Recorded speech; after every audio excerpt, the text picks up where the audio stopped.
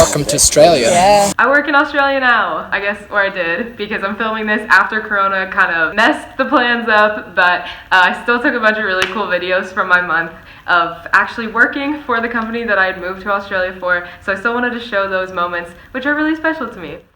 So for the entire month of January, we trained. The company goes through a really intense training process. Just a little side note here, I have never been on a backpacking trip before. I'm not 100% sure how I got hired for this job because my background is in canoe tripping and not backpacking, but the majority of trips that we lead with the kids through this company was backpacking trips.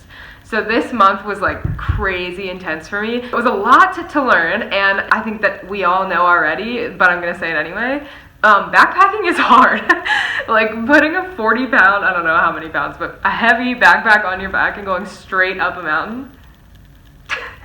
I really underestimated it. So here are some videos from this really intense hike we did. We were just walking along a ridgeline basically. When I tell you, I was struggling. I don't think anyone else was really struggling that much, but my legs were not used to it. So it was definitely a challenge, a really fun challenge though, and a gorgeous challenge as you can see. I'm hiking. It was a lot of fun, but a steep learning curve for me. During the training we did some day hikes as well. I'll show some videos now of that. Have you heard of the Queensland tiger? So, How you feeling? Amazing. And we were just basically walking through, it kind of felt like a rainforest. We found this huge hole that Ben got in. I was so scared when he was doing this because, as we know, snakes and spiders run rampant in this country. So we were all kind of freaking out, but he was fine in the end. We got to see what the food looks like on these trips. Let me tell you, the food at this company for outdoor food, like camping food, is unreal. Like, it's so good. Another cool thing about this month was that I discovered that kangaroos are like the equivalent of North American deer. Like, they are everywhere all the time. I expected kangaroos to be one of those things you never get to actually see unless you're in a zoo, but every campsite we went to, they'd be jumping around all night. Here's a really cool video of me like seeing them and going back to like try to get really close to them. I'm in a field of kangaroos, but I can't get too close or else they'll jump away. I'm walking back slowly. But that was a really special thing for me to see all these kangaroos, and that was kind of like the wake-up call that like, hello, you are not at home. Like, you are definitely not anywhere that you're used to, and it was just really cool. Next up, we had to do abseil training. Abseiling for my North American friends is just rappelling. It's the same word, they just say abseiling. I have never gone abseiling in my entire life, and it's, I guess, like a big part of the programs that my company runs. So they make us all become trained guides in abseiling. This was one of my favorite things that I did during this entire month of training because I was terrified of it. But then, because we were training everyone in the group, they made all of us go over the ledge like 10 times. And so the first like 2 times I was like literally shaking, and then you just get this huge adrenaline rush and it's really fun, and so I started actually loving it, and then I actually got trained to be a guide in it. So I went from never having done it to becoming a guide in this really cool outdoor adventure thing, and that kind of gave me this new like sense of confidence after getting that training, because I just felt like I can do it, man, I can do it. So it was just a really cool experience to get to go rappelling for the first time in my entire life and then become a guide. I think the hardest part in my entire month was our bushwalk training. That's just basically, they call it bushwalking, which is the same word for hiking here. But this training really was just navigation training.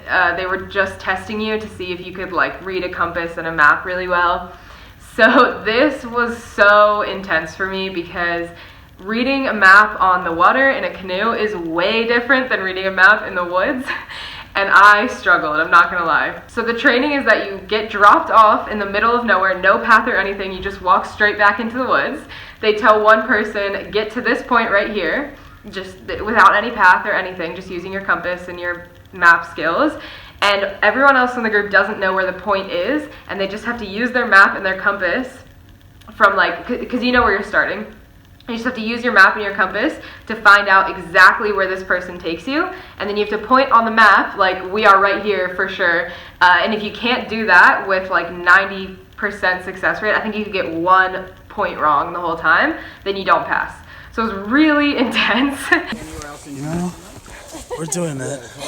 And I cried a lot this training, I'm not gonna lie, because it was just full on. We were scrambling through the woods, like ripping bushes and trees apart. I was wearing shorts. As you can see, my legs were torn up. I was bleeding everywhere. I was tired. We were just hiking up and down hills. I'm not great at compass reading. I had just really, during this training, was just basically learning how to use a compass, like, well, for navigation. I knew how to use one, but not like this is way more intense doing what we were doing. And that was probably the hardest time, especially because it was pouring rain the whole time. I took this video in my tent when I was like trying to make myself laugh.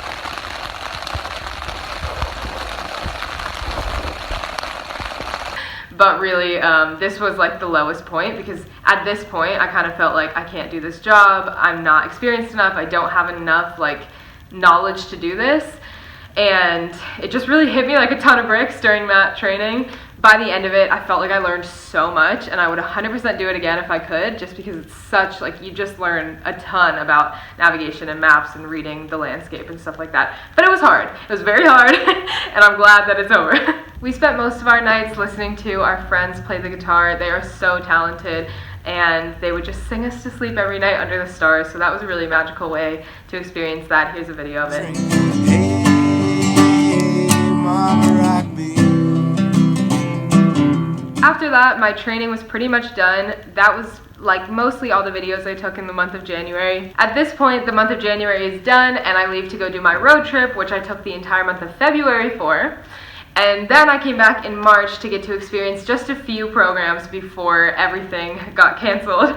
But I did get to go on 3 programs, plus 1 program where I was just the canoe support, which just means I sat in a canoe all day and just canoed back and forth with groups, just to make sure everyone there knew how to canoe and stuff like that. So that was like so fun. It felt like a vacation for me, that trip. Here are some cool videos of it. The first one was in Belangolo State Forest. Gorgeous there, huge rock faces and just really beautiful trees, and the group was so fun that time. My next one was at Mile Lakes, which was so cool because they have those massive sand dunes. I had gone on my road trip, so I kind of knew that it was beautiful and lots of sand dunes and stuff. But these were cool because we were actually hiking up and down them, and they were so steep. I don't think this video really does it justice, but they were like absurd. I was actually getting really scared that one of the students was just gonna fall, or even myself, because it was like a 90-degree angle sand dune. But it was still fun. And then during that trip, we did surfing with it, and I felt so lucky because I wasn't teaching it or anything. I have no clue how to surf. I just got to go to this surfing lesson with the kids, and like I got to do the lesson with them. So I was like, this is crazy that this is my job. I'm getting paid to do a surfing lesson in this gorgeous part of Australia. I did not get up on the board. Surfing is so hard, like way harder than it looks. But it was just a really, really cool experience. And Mile Lakes is gorgeous.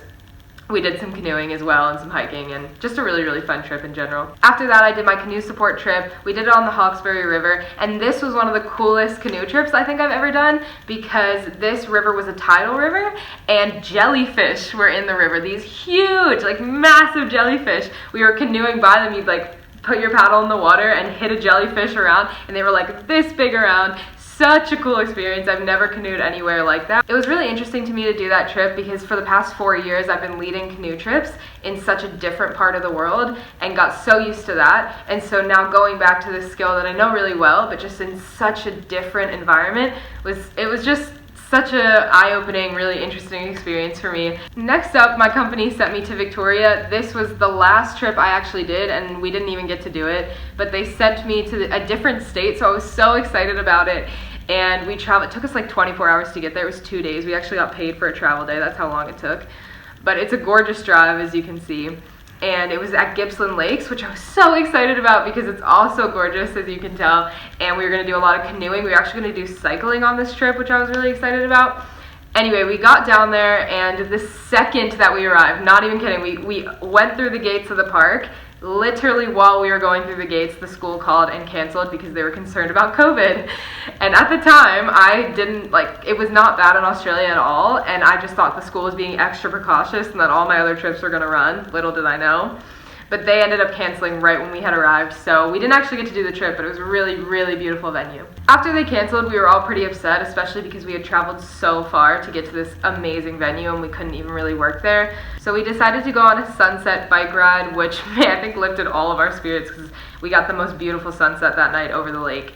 And then that night we decided to have a bit of a party to kind of cheer ourselves up. On our weekends we like to take advantage of our location, which was so close to Sydney on the train, so we would try to go to the city as much as possible just to go exploring in it. We're in Sydney! Hello? And this particular weekend, I got off before all my other friends, so I trained into the city way before, and it was actually my first time going to Sydney, so I decided to walk around the city for like 4 hours just by myself. Here's a video of that. So here I am, just walking through a park in Sydney, my first day, just like going exploring, and literally didn't know that, guess what I just was walking towards? Ah! That's so cool! Also, look how pretty it is. Dude, Sydney's like the prettiest place ever. But anyway, randomly found the Sydney Opera House, gonna go explore. But yeah, I just absolutely fell in love with the city, and on the way home we got absolutely destroyed with rain. We're caught in a storm.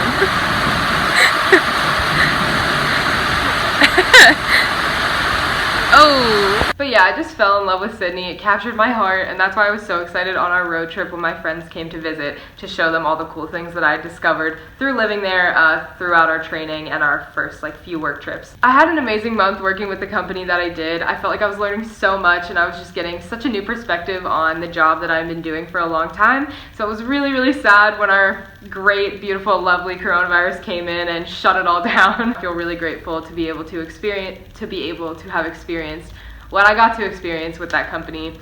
But what happened after them laying us off is nothing short of crazy, and I became homeless. So I have a video about that I'll put up as soon as I can, and the story got really nuts from here. But I did really, really love my first 3 months in Australia. I'm still doing okay. Obviously, the homelessness has been resolved as I'm in a building, but it was a hard month. So I hope you guys liked seeing what my working month looked like before Corona came in and wiped it all out. And I'm really missing you guys and thinking of you a lot. And I will see you soon. Okay, love you. Bye.